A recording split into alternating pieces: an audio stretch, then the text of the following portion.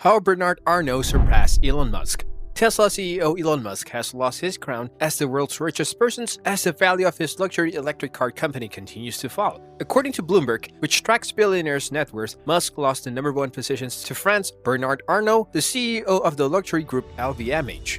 Bernard Arnault, chief executive of LVMH, topped the Forbes billionaires list on 12 December as the world's richest person after surpassing Elon Musk. According to Forbes, the LVMH CEO net worth is $190.7 billion, placing him above Elon Musk, Jeff Bezos, and Bill Gates. According to Bloomberg's index, Musk is now worth $164 billion and has lost nearly $107 billion in the year-to-date period. Meanwhile, Arnault is currently worth $171 billion. Moreover, he has only lost a mediocre $7.19 billion year-to-date. As a result, Arnault has become the first European to top Bloomberg's list of the world's richest people.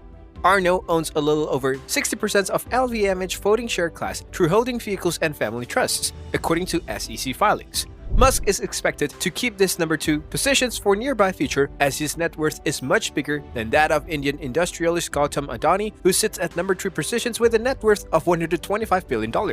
And Amazon founder Jeff Bezos, who is ranked 4th with a net worth of $116 billion. Who is Bernard Arnault? Bernard Jean-Etienne Arnault was born on 5 March 1949 and is a French business magnate, investor, and art collector. He is the co-founder, chairman, and chief executive officer of LVMH Moet Hennessy, Louis Vuitton SE, and world's largest luxury goods company.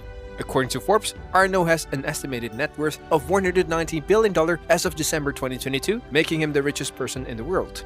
In the 1980s, Arnault had the idea to create a group of luxury brands. He worked with Alain Chevalier, CEO of Moet Hennessy, and Henri Recaimer, president of Louis Vuitton, to form LVMH in 1987. In July 1988, Arnault provided $1.5 billion to form a holding company with Guinness that held 24% of LVMH shares, in response to rumors that the Louis Vuitton group was buying LVMH stock to form a blocking minority. Arnault spent $600 million to buy 13.5% more of LVMH, making him LVMH's largest shareholder. LVMH had been created on the premise that the conglomerate would be too large for a single hostile raider. Instead, after assuming leadership, Arnault led the company through an ambitious development plan, transforming it into one of the largest luxury groups in the world alongside Swiss luxury giant Richemont and French-based Kering. In 11 years, annual sales and profit rose by a factor of 5, and the market value of LVMH increased by 15. Bernard and Elon. In January 2021, Musk became the richest person in the world for the first time, with a net worth of more than $185 billion. Elon Musk, who saw his net worth tumble by more than $100 billion in 2022, has been replaced by Bernard Arnault, the chief executive of luxury brand Louis Vuitton's parent company LVMH, as the world's man. On 12 December 2022, Arnault and his family for the first time logged personal wealth of $185.4 billion or more, ahead of Musk, who recorded a net worth of $185.3 billion.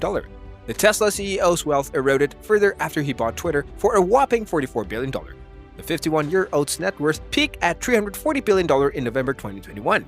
Meanwhile, Tesla shares have plummeted around 58% to date. Notably, the 51-year-old billionaire saw a steep hike in his overall net worth from 2020 to 2022.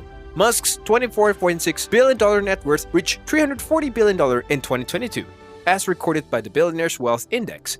However, with the ongoing drift in the economy and Musk's entanglement in the Twitter deal, his fortune plummeted by around $176 billion. Bernard's journey. Bernard Arnault, French businessman best known as the chairman and CEO of the French conglomerate LVMH Moet Hennessy, Louis Vuitton SA, the largest luxury products company in the world.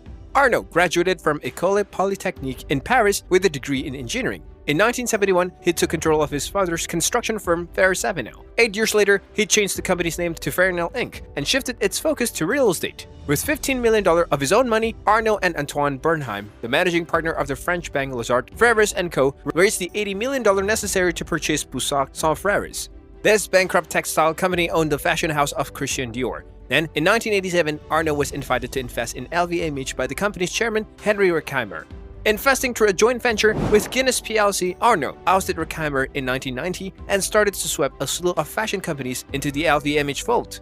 Christian Lacroix, Givenchy, and Kenzo, the leather goods company Loewe, Celine and Bertulli, the jeweler Fred Joaillier, the DFS Group, and the beauty retailer Sephora. Arnault was known in Europe as the man who revitalized French couture in 1995 by appointing British fashion designer John Galliano to replace the venerable Hubert de Givenchy at the latter's Paris fashion house.